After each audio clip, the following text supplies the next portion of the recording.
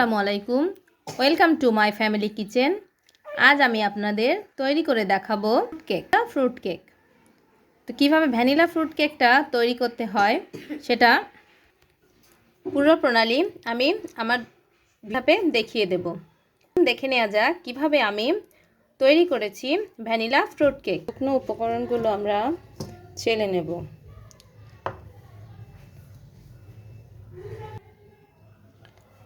প্রথমে দিলাম 1 কাপ ময়দা, 1 টেবিল চামচ বেকিং পাউডার আর 1 টেবিল চামচ কর্নফ্লাওয়ার। এবার এগুলো আমরা ঢেলে নিতে হবে যাতে এতে কোনো দানা না থাকে।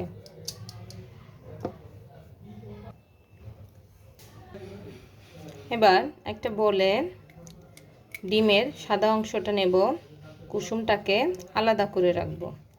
চাইলে আপনারা কুসুম সহ বিট করতে পারেন, কিন্তু সেটা খুব ভালো হয় না। কুসুমটা আলাদা করে রাখারই চেষ্টা করবেন। এভাবে ডিমের কুসুমটাকে আলাদা করে শুধু সাদা অংশটা নেবেন।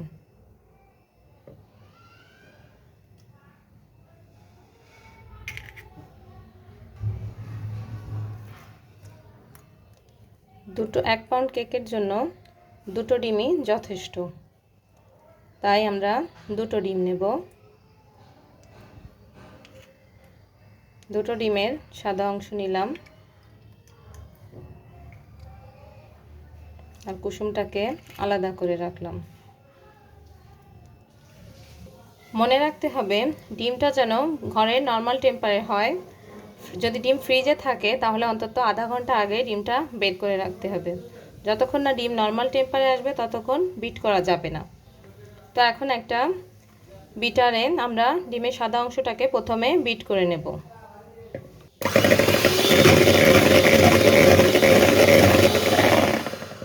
সাদা অংশ বিট করব আর 1.25 কাপ পরিমাণ এতে চিনি দেব, অল্প অল্প করে। একবারে চিনি দেওয়া যাবে না, বিট করতে হবে আর চিনি দিতে হবে। অল্প অল্প চিনি দেব আর বিট করব। পুরো একবারের যদি আমরা সব চিনি দিয়ে দেই তাহলে আমাদের ফোমটা নষ্ট হয়ে যাবে, পানি ছেড়ে দিবে।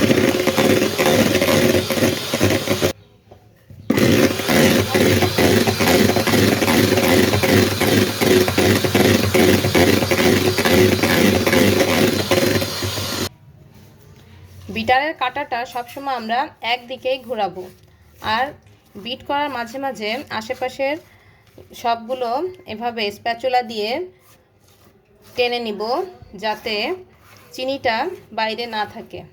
যখন দেখব চিনির দানাটা পুরো গলে গেছে আর আমার কেকেরও ফোমটা এভাবে স্টিফ হয়েছে, তখন আমি বিট করা বন্ধ করে দেব। এবার আমি অ্যাড করব ডিমের কুসুমগুলো। ডিমের কুসুম দিয়ে খুব বেশি সময় বিট করা যাবে না, মাত্র 20 সেকেন্ড বিট করব। মাত্র 20 সেকেন্ড বিট করব। এবার আমি এতে দেব 1.25 কাপ পরিমাণ তেল। তেলটা একবারে পুরোটাই ঢেলে দেব। ডিমটা খুব অল্প সময় বিট করার পরে তেল দিয়ে দিলাম। তেল দেওয়ার পরে খুব বেশি বিট করা যাবে না, খুব সামান্য একটু বিট করতে হবে, নাহলে ফোমটা নষ্ট হয়ে যাবে।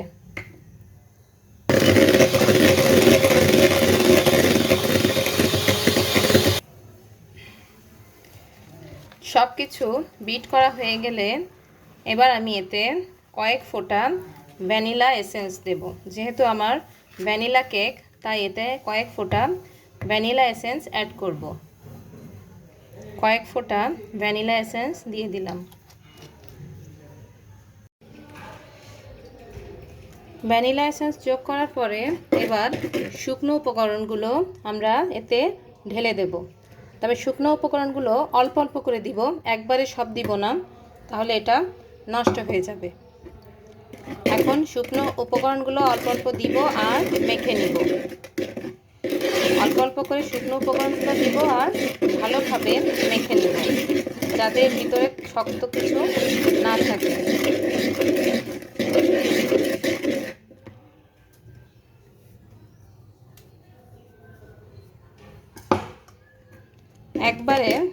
উপকরণগুলো আমরা মাখবো না। এখন এতে যোগ করব 1 টেবিল চামচ গুঁড়া দুধ। গুঁড়া দুধটা চাইলে আপনি লিকুইড দুধও দিতে পারেন। আমি গুঁড়া দুধটা 1 টেবিল চামচ পানি দিয়ে পাতলা লিকুইড করে নিয়েছি। এখন এতে 1 টেবিল চামচ গুঁড়া দুধ মেশাবো। তবে মেশানোটা খুব ধীরে ধীরে করতে হবে, অনেক বেশি জোরে জোরে করলে ফোমটা নষ্ট হয়ে যাবে। তাই খুব ধীরে ধীরে করে মেশাবেন, দেখবেন আপনার ফোমটা ভালো হয়েছে, কেকটা অনেক সফট হয়েছে। এখন আমি আমার এটা মেশানো শেষ। ফ্রুটসগুলোতে একটু সামান্য ময়দা আর দুধ মিশিয়ে নিলাম। এবার এটা একটু চেলে নেব।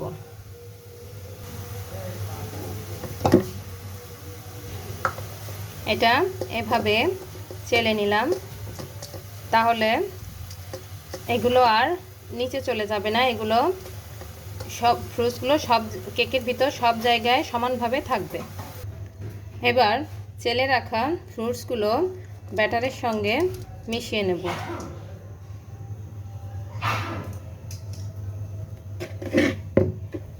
এটাকে খুব ভালোভাবে মিশিয়ে দেব। চেলে রাখা ফ্রুটসগুলো খুব ভালো মিশিয়ে নিলাম।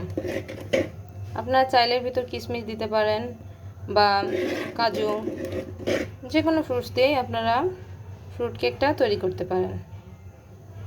এবার আমি একটা মোল্ড তৈরি করে নিলাম। মোল্ডের নিচে আর চারপাশে তেল ব্রাশ করে এভাবে কাগজ দিয়ে দেবেন, যাতে আপনার মোল্ডে না লাগে। এখন আমি ব্যাটারটা মোল্ডে ঢালবো।